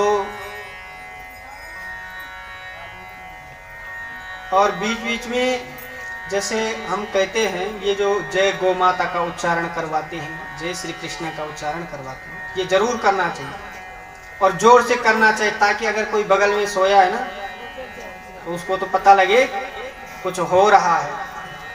और अपनी भी जो निंद्रा होती है, देखो गौ माता, देखो कितने ध्यान से वो कथा सुन रही है, पीछे देखो बैकग्राउंड में, कितना बड़ा सौभाग्य की बात है। हम क्या समझ रहे, वो नहीं सुनते हैं, वो समझते नहीं, वो सब जानते हैं।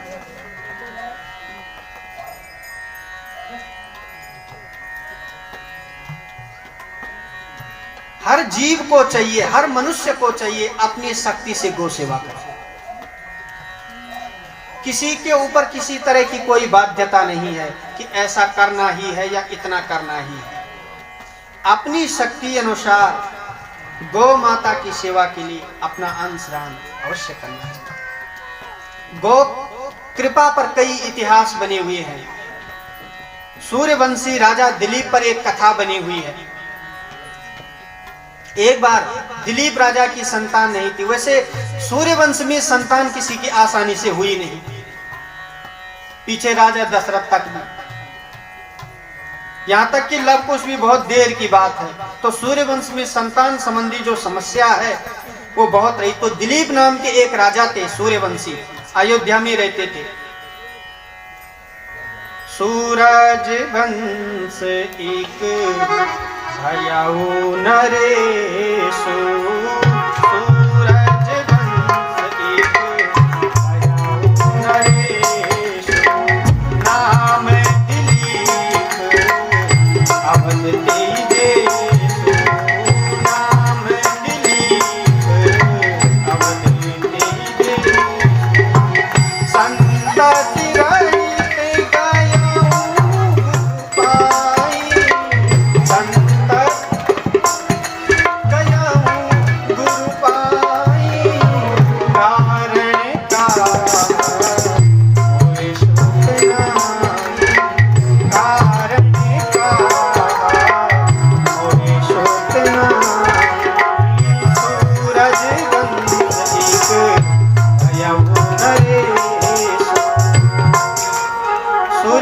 तुम्हें एक नरेश हुए, सूरज वंश भयो एक नरेशो, नाम दिलीप अवध ते ही देशो।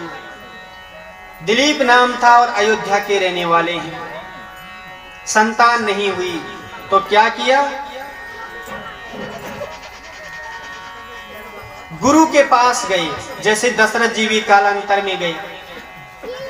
राजा दिलीप जब अपने गुरु के पास गए, वशिष्ठ के पास, तो बोले कि गुरुजी बाकी तो सब ठीक है पर संतान नहीं है।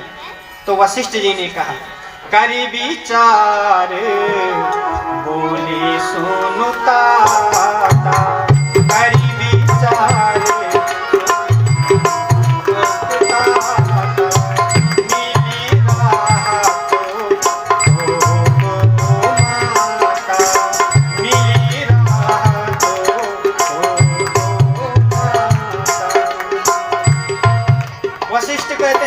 गाय कहीं मिली? बोले हाँ। तो फिर नहीं प्रणाम नहीं आदर कीना, नहीं प्रणाम नहीं आदर कीना, वाम भाग छाड़ी तेही दीना, वाम भाग छाड़ी तेही दीना।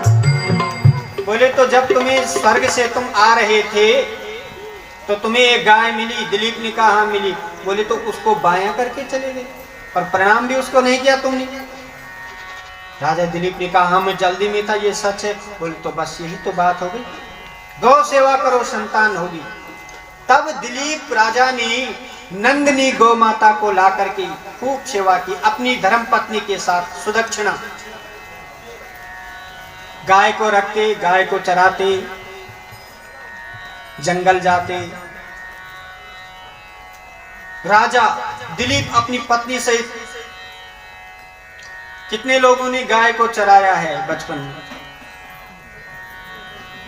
हाँ, गौ माता चारण। तो गौ माता को राजा दिलीप खुद चराते हैं, जंगल में ले जाते हैं और शाम को घर लाते हैं। एक दिन गौ माता चरते चरते बहुत दूर चली गई और एक गुफा के अंदर प्रविष्ट हो गई। दिलीप राजा साथ साथ चल रहे हैं। उस गुफा में जैसे ही गए तो एक भयंकर बड़ा जंगल का राजा शेर उस गुफा में बैठा था। और शेर को क्या चाहिए, उसके सामने ही शिकार आ गया। जैसे ही गौ माता को वो मारना चाहता था, झपटने लगा, इतने में दिलीप गाय के साथ पीछे पीछे थे तो पहुंच गए। और जैसे ही दिलीप पहुंचे, देखा कि ये शेर खा जाएगा, अपने धनुष बाण निकाले और जैसे ही तीर चढ़ाते तो शेर ने कहा रुको, तुम क्यों बीच आ रहे हो, ये मेरा भोजन है। दिलीप ने कहा ये मेरी मां है। शेर ने कहा मां तो तुम्हारी होगी ना, मेरा तो ये भोजन है और भूखे व्यक्ति का पहला अधिकार है किसी भी वस्तु पर। दिलीप ने कहा नहीं, मैं ऐसा नहीं होने दूंगा। मैं अपने गुरु को क्या बोलूं और मैं अपनी मां को इस तरह से मरने नहीं देख सकता हूं। तुम मुझे तीर मारो, लेकिन मैं गाय को नहीं मरने दूंगा। मैं क्षत्रिय हूं, मैं सूर्यवंशी हूं। इसलिए हे शेर, हे जंगल के राजा, तुम या तो चले जाओ और भोजन करना है तो मुझे। राजा दिलीप ने कहा इस गाय के प्रति तुम्हारा इतना प्रेम है, क्यों? और गाय की, और भी तो गाय हो सकती, तुम अयोध्या के इतने बड़े सम्राट हो, इसी को क्यों बचाना चाहते हो? तब दिलीप कहते हैं हे वनराज, अगर तुम मानना चाहते हो मेरी बात तो ठीक, और उसके उपरांत भी अगर तुम्हें अधिक भूख है तो गाय को राजा ने पीछा किया और स्वयं दिलीप आगे चले गए। जैसे ही आगे गए, राजा ने अस्त्र शस्त्र छोड़े, मुझे खाओ, बस इतना ही कहना था। शेर तो था नहीं, वो परीक्षा थी। शेर अंतर ध्यान हो गया और कामधेनु गौ माता वहां पर प्रकट हो गई। कामधेनु गौ माता ने कहा हे राजन, मैं तुम्हारी परीक्षा ले रही थी, तुम्हारे अंदर कितनी गौ भक्ति है, मांगो, क्या चाहिए तुम्हें? राजा ने कहा मुझे संतान चाहिए थी। तो बोले ठीक है, 1 बरस भी तरसुत हो, जगत प्रसिद्ध नाम रघु हो। 1 बरस भीतर सुत हो, जगत प्रसिद्ध नाम रघु सो। 1 वर्ष के अंतर तुम्हारा एक पुत्र होगा और उस पुत्र का नाम रघु होगा। बोलिए भक्त वत्सल भगवान की जय हो। जय गो माता। जय गो माता। कितना दिव्य वरदान दिया है। 1 वर्ष के भीतर तुम्हारा पुत्र होगा और उसका नाम रघु होगा। इस प्रकार से ये सांख्य शास्त्र भगवान कपिल का वर्णन है। अब इससे पहले की कथा आगे करें, हम शर्मा जी को निवेदन करेंगे कि आप आएं और अपने आशीर्वचन और जो भी सूचनाएं अगर कुछ देनी हो तो गागर में सागर भर करके अपना उद्बोधन करें।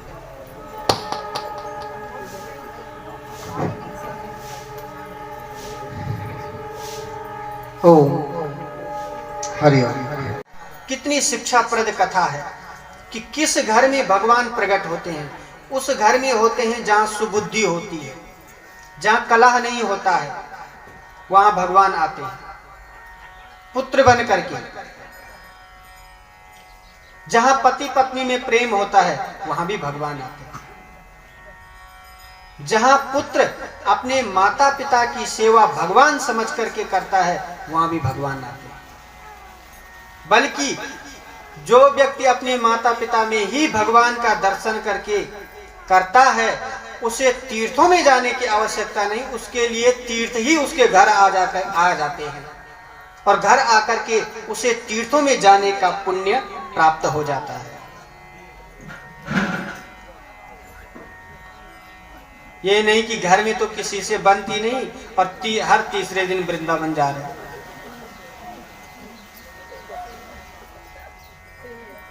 पहले वृंदावन अपने घर को बनाना होगा, उसके बाद अवश्य तीर्थों में जाना। अनुसुईया नाम की एक महान पतिव्रता स्त्री हुई। अनुसुईया महर्षि अत्रि की पत्नी है। एक बार नारद जी कैलाश में गई और माता पार्वती से उस समय पूजन कर रही थी। पार्वती जी ने भोग लगाया और प्रसाद रूप में नारद जी को जो भी भोग लगाया, लड्डू पेड़े जो भी थे, वो नारद जी को प्रसाद के लिए दिए। नारद ने लिया, ग्रहण किया और बोले माता होंगे तो अच्छे आपके दिए हुए लड्डू, लेकिन जो स्वाद पतिव्रता स्त्री के भोजन, पतिव्रता स्त्री के हाथों के भोजन में होती वो नहीं हो सकती है आपके हाथों। पार्वती को लगा पतिव्रता तो तुम क्या कहना चाहते हैं नारद जी, मैं पतिव्रता नहीं हूं क्या? नारद जी बोले नहीं नहीं नहीं है, आप भी हैं। पार्वती जी बोली आप भी हैं, तो फिर कौन है जिसके लिए आप कहना चाहते हैं? बोले नहीं नहीं माता, वो तो अनुसुईया है, अनुसुईया अत्रि ऋषि की पत्नी, उतना कोई हो नहीं सकता है। अब पार्वती जी को तो भड़का दिया और वहां से सीधे बैकुंठ में भगवान विष्णु के पास। माता लक्ष्मी ने भी भोजन कराया और भोजन करने बैठ भी गए। भोजन किया तो माता लक्ष्मी ने पूछा नारद जी भोजन कैसे था? अरे माता जी बहुत अच्छा था, बस थोड़ा वो पतिव्रता जो होती है उसका थोड़ा अलग बात होती है, बाकी भोजन में कोई कमी नहीं थी। पतिव्रता तो मैं पतिव्रता नहीं हूं, लक्ष्मी नारायण जगत में प्रसिद्ध है। नारद जी मन में सोच रहे हैं ऐसे तो शंकर जी भी हैं, अर्धनारीश्वर है, आधा ही भाग पार्वती का बना दिया था। बोले नहीं नहीं माता, आप क्यों नहीं पतिव्रता? मैंने कब कहा आप पतिव्रता नहीं, लेकिन एक अनुसुईया है, वो उसकी बात थोड़ा सा अलग है। तो लक्ष्मी जी को भी ब्रह्म में डाल दिया। ब्रह्मलोक में गए सरस्वती माता से, सरस्वती माता ने भी बड़ा सत्कार किया और कुछ खिलाया पिलाया। माता जी बहुत अच्छा है, पर वो बात नहीं है जो अनुसुईया। अब तीनों माताओं को भड़का तो तीनों ने अपने पति से बात की और अपने पति से बोले कि सुनिए, ये अनुसूया कौन है, पहले तो इसका पता करो और ये देखते हैं कि क्या कोई हमसे भी ज्यादा बड़ी पतिव्रता, इसका पता करो और अगर ऐसी बात है तो उसके पतिव्रत धर्म को नष्ट करो। हम तीन हैं और तीनों का नाम पतिव्रताओं में होना चाहिए। थोड़ा अभिमान भी है तीनों को, इसीलिए तो कहते हैं कार्य का भी अभिमान नहीं होना चाहिए। अगर कोई दान किया तो उसका भी अभिमान नहीं होना चाहिए, ज्ञान का भी नहीं होना चाहिए, नहीं तो वही चीज फिर नष्ट का कारण बन जाती है। पतिव्रता होना तो अच्छी बात था, लेकिन अभिमान था इस बात का, इसलिए भगवान चूर चूर करना चाहते हैं। तीनों ने अपने पति से कहा, तीनों ने अपने पतियों से कहा जी कि आप जाइए और उस अनुसूया को देखिए वो कैसे पतिव्रता है और उसके पतिव्रता को खंडित कर दीजिए। ब्रह्मा भी, भगवान विष्णु भी और शंकर जी भी चित्रकूट में आए। वहां अत्रि ऋषि रहते हैं अनुसूया के साथ, और जैसे ही वहां आए तो तीनों ब्राह्मण बन गए। और जब ब्राह्मण बने तो अनुसूया माता घर के अंदर से बाहर आई। अत्रि ऋषि इस समय घर पर नहीं थे। तीनों गरीब ब्राह्मणों का शकल ही दिख रही थी कि गरीब होंगे, इसलिए कुछ अनाज, धान, चावल लाई और देने लगी। ब्राह्मणों ने कहा नहीं नहीं नहीं, ब्राह्मण कौन है, ये ब्राह्मण है नहीं, ये भगवान ब्रह्मा, भगवान विष्णु और भगवान शंकर जी ब्राह्मण बन के आए। बोले हम ये नहीं लेंगे। बोले तो मुझे तो ये लगा कि आप भूखे हैं, ऐसे ही आप दिख भी रहे हैं, तो इसलिए मैंने लाया। तो अच्छा चलो ठीक है, आप बना हुआ भोजन कर लो, मैं आपके लिए अभी भोजन बना लेती हूँ।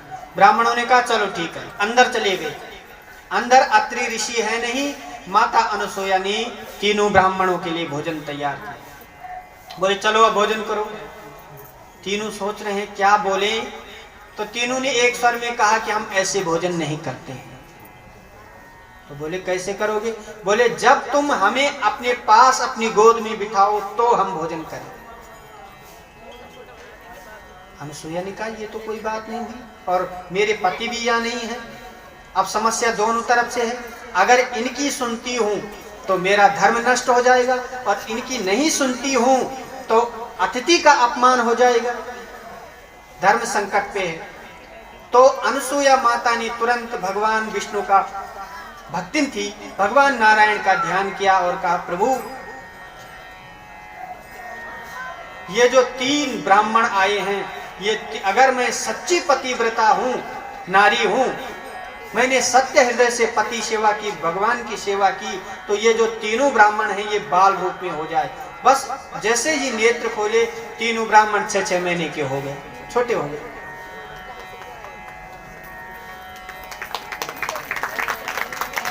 फिर कंजूसी किस बात की भाई?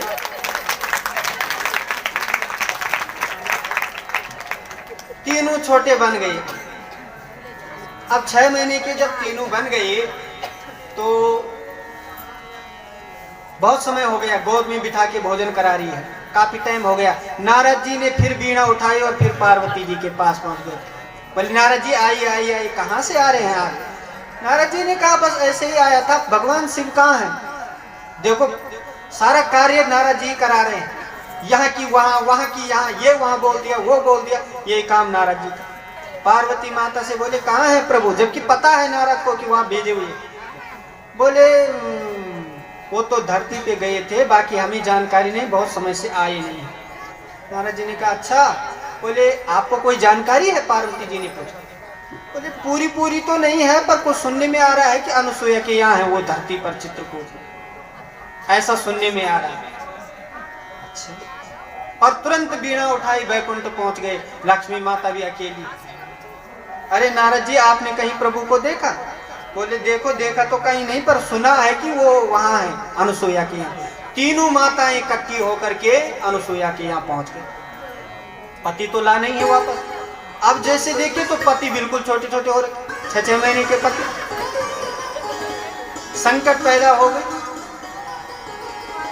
माताएं समझ गई कि ये वास्तव में पतिव्रत धर्म की वजह से ऐसा हुआ, हमने जिस कारण भेजा था वो इनका सफल न हो पाए, इसलिए अनुसूया ने ऐसा किया। तो अनुसुईया को प्रणाम किया तीनों देवताओं ने, तीनों ब्राह्मणों ने, और लक्ष्मी, सरस्वती और पार्वती इन तीनों ने भी अनुसुईया को प्रणाम किया कि वाह धन्य है तुम, धन्य है तुम्हारा पतिव्रत धर्म।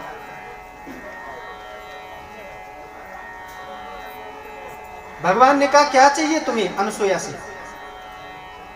बोले आप तीनों मुझे पुत्र रूप में चाहिए।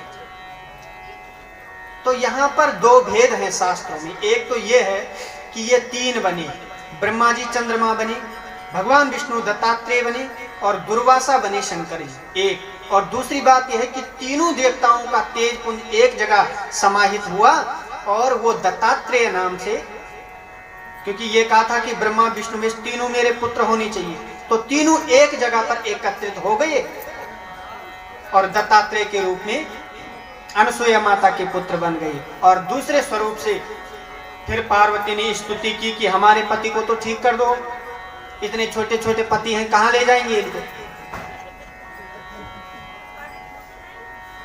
अनुसुईया ने कहा कोई बात नहीं। फिर भगवान का ध्यान किया, हे प्रभु अगर मैं सत्य हूं, मेरी पतिव्रता, मैं पतिव्रता हूं, तो ये जो भगवान ब्रह्मा विष्णु महेश्वर छोटे रूप में हो गए, ये अपने यथा रूप में आ जाएं। बस इतना कहा तो तुरंत ब्रह्मा विष्णु महेश वहां पर खड़े हो गए। अब ब्रह्मा विष्णु और महेश खड़े हो गए, तीनों ने भी माता को प्रणाम किया। एक रूप से उनके पुत्र बन गए दत्तात्रेय के रूप से, और एक रूप में ब्रह्मा विष्णु महेश बन करके अपनी अपनी पत्नियों के साथ स्वधाम चले गए। बोलिए भक्त वत्सल भगवान, जय गो माता। इस प्रकार से ये शक्ति होती है पतिव्रत धर्म में। भगवान भी पुत्र बन के आते हैं। ये शक्ति है सुनीति का जो पुत्र है ध्रुव है, देखो पतिव्रत धर्म से। उत्तानपाद राजा ने त्याग किया पर सुनीति ने त्याग नहीं किया था। मन से हमेशा अपने कुटिया में भी रहती थी, संत महात्माओं का संग करती थी, खुद भी सत्संग करती थी। एक छोटा सा बालक है जिसका नाम ध्रुव है, उसे भी सत्संग करवाती, कथा सुनाती। एक दिन की बात है, यह ध्रुव नाम का जो बालक है सुनीति का, ये अपने पिताजी की गोद में जा रहा था, बैठ रहा था उत्तानपाद की। सुरुचि ने देखा और कहा कि उतर जा, सौतेली माँ है। इसलिए कहा चलो उतरो, तुम इसके अपने पिता की गोद में नहीं बैठ सकते हो, चलो। ध्रुव ने कहा क्यों माँ, ऐसा क्यों? बोले इनकी गोद में अगर तुम्हें बैठना है तो मेरा पुत्र बनो। इनकी गोद में वही बैठ सकता है पिता की राजगद्दी पर जो मेरी कोख से पैदा हुआ हो। तुम तो उस सुनीति के पुत्र हो, तुम गद्दी के बैठने के अधिकारी नहीं हो। ध्रुव जी को बड़ा कष्ट हुआ, और जब ध्रुव जी को कष्ट हुआ तो अपनी माँ के पास रोते रोते आए और माँ से कहा कि माँ, मुझे सुरुचि ने इस तरह के शब्दों का प्रयोग किया है और ये कहा है कि अगर राज सिंहासन पर बैठना है तो मेरा पुत्र बन के आना पड़ेगा, तो बता माँ मुझे क्या करना है। और वो तो ये कह रही है माँ कि जंगल में जाके तपस्या करो। माता सुनीति ने कहा तो ठीक ही तो कह रही है, जाओ जंगल में करो भगवान को प्रसन्न। आज ध्रुव की उम्र 5 वर्ष की थी और 5 साल के ध्रुव, देखो संस्कार जो होते हैं ना वो बचपन से डालने चाहिए। सब लोग जानते हैं आप, पर फिर भी नहीं करते, सबको पता है। छोटे छोटे बच्चे जैसे मंदिर ले जाना या कथा सत्संग या घर पर उनसे पूजा पाठ करवाना, इस तरह से उनकी आदत हो। ये आदत हम ही लोगों को बनवानी होगी, नहीं तो 1-2 पीढ़ी के बाद ये सब कुछ समाप्त हो जाएगा जो आज तक होता आ रहा है। बच्चों को शिक्षा देनी परम आवश्यक है, और शिक्षा जरूरी नहीं कि वाणी से दो, वाणी से जरूरी नहीं है। आप अगर ठीक है तो वो देख देख के वैसा ही करेगा। आप पूजा पाठ कर रहे हैं घर पे, किसी समय छोटा बच्चा देख रहा होगा तो वो भी ऐसा ही करेगा कि ऐसे ही तो करते हैं, तो स्वयं वो संस्कार आ जाते हैं। एक कन्या थी, एक राजा की बेटी, और वो राजा बड़ा धार्मिक था, संत महात्माओं का वहां आना जाना था। एक बार एक कोई महात्मा आए और काफी समय के लिए आए, काफी समय तक वहां रही।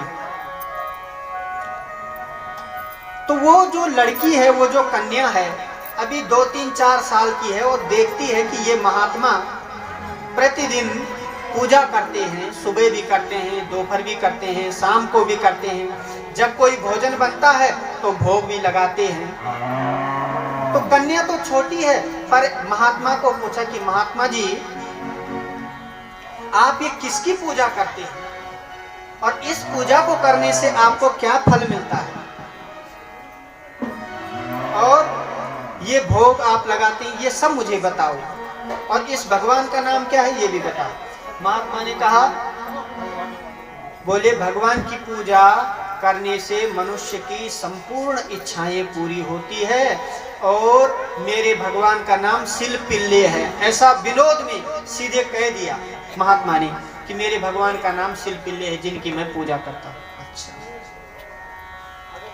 शिलपिल्ले है, तो बोले बाबा जी, आप मुझे भी एक भगवान दे दीजिए, जैसी पूजा आप करते हैं मैं भी करूंगी।